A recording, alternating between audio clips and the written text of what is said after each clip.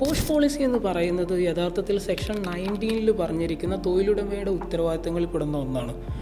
എനിക്ക് തോന്നുന്നു ബഹുഭൂരിപക്ഷം ആളുകൾക്കും പോഷ് ആക്ടിനെ കുറിച്ച് അറിയുന്ന താരതമ്യേന വളരെ കുറഞ്ഞ ആളുകൾക്കേ പോഷ് ആക്ടിനെ കുറിച്ച് അറിയുള്ളൂ നമ്മുടെ രാജ്യത്ത്. അതിൽ തന്നെ വളരെ കുറച്ച് ആളുകളെ പോഷ് ആക്ടിനെ കുറിച്ച് കാര്യമായിട്ട് അറിയുള്ളൂ. ഈ കാര്യമായിട്ട് പോഷ് ആക്ടിനെ അറിയുന്ന ആളുകൾക്കിടയിലുള്ളൊരു തെറ്റിദ്ധാരണയിൽപ്പെട്ട ഒന്നാണ് വെറും ഇന്റേണൽ കമ്മിറ്റി ഉണ്ടെങ്കിൽ ഞങ്ങളെ പോഷ് ആക്ടിൻ്റെ ഉത്തരവാദിത്തം കഴിഞ്ഞു എന്ന് പറയുന്നത്. യഥാർത്ഥത്തിൽ അങ്ങനെയല്ല.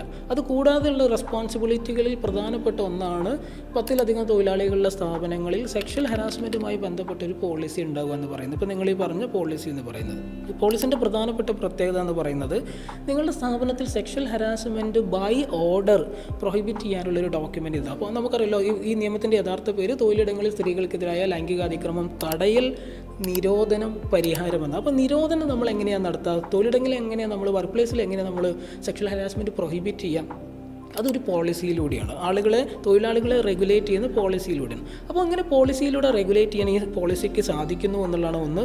മറ്റൊന്ന്, നമ്മൾ പ്രോപ്പർലി കമ്മ്യൂണിക്കേറ്റ് ചെയ്യുകയാണ് നമ്മളുടെ തൊഴിലാളികളോടും നമ്മളുടെ സ്റ്റേക്ക് ഹോൾഡേഴ്സിനോടും എന്താണ് ഞങ്ങളുടെ സ്റ്റാൻഡ് സെക്ഷൽ ഹരാസ്മെൻറ്റുമായി ബന്ധപ്പെട്ട്. ഞങ്ങളുടെ സ്ഥാപനത്തിൽ സെക്ഷൽ ഹരാസ്മെൻറ്റ് സംഭവിച്ചാൽ ഞങ്ങൾ എന്ത് നടപടി എടുക്കും, ഞങ്ങൾ ഇതിനായിട്ട് എങ്ങനെ ഡീൽ ചെയ്യും എന്ന് ക്ലിയർലി ഡിഫൈൻ ചെയ്യുന്ന ഒരു ഡോക്യുമെൻ്റാണ് പോസ്റ്റ് പോളിസി അല്ലെങ്കിൽ സെക്ഷൽ ഹരാസ്മെൻറ്റ് പോളിസി എന്ന് പറയുന്നത്.